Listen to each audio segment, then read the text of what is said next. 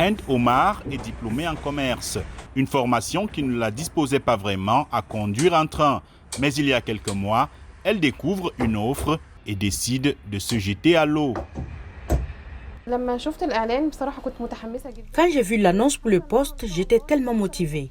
J'ai senti que je pouvais réussir, surtout que c'était une première en Égypte pour les femmes, et je me suis dit que ce serait formidable d'être pionnière dans ce domaine. Des encouragements, Hind Omar en a eu besoin d'abord pour l'examen d'entrée, mais aussi et surtout pour sa formation. La formation m'a préparée à être responsable du train sans avoir peur. C'était progressif. Au début, il y avait un chauffeur accompagnateur pour m'apprendre.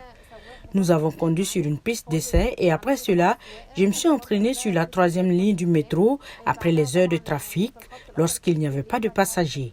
Plus tard, j'ai commencé à conduire avec des passagers, mais un chauffeur expérimenté était toujours avec moi dans la cabine. Tout cela m'a aidé à ne pas avoir peur quand j'ai été entièrement responsable du métro. Au final, sur une promotion de 30 aspirants conducteurs, hommes et femmes, encadrés par la Régie autonome des transports parisiens et l'Autorité nationale des tunnels égyptiennes, 2 femmes ont obtenu le droit de conduire des rames de métro, Hind Omar et Suzanne Mohamed. Cette dernière a dû convaincre sa famille qu'elle était apte à faire ce métier. Certains membres de ma famille ont encouragé l'idée, mais d'autres avaient des inquiétudes, ce qui était normal et attendu. Ils craignaient que le métro ait 8 voitures, pas seulement une voiture. Il y a beaucoup de passagers et c'est une grande responsabilité. Mais quand ils ont vu les démarches que j'avais faites et que l'entreprise nous accompagnait, pas à pas, ils ont été rassurés et ont accepté la situation. Suzanne confie que beaucoup de passagers sont encore surpris de voir une femme conduire un train.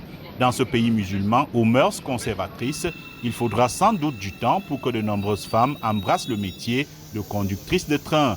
Les 2 conductrices du métro du Caire, quant à elles, espèrent bien ouvrir la voie à d'autres femmes.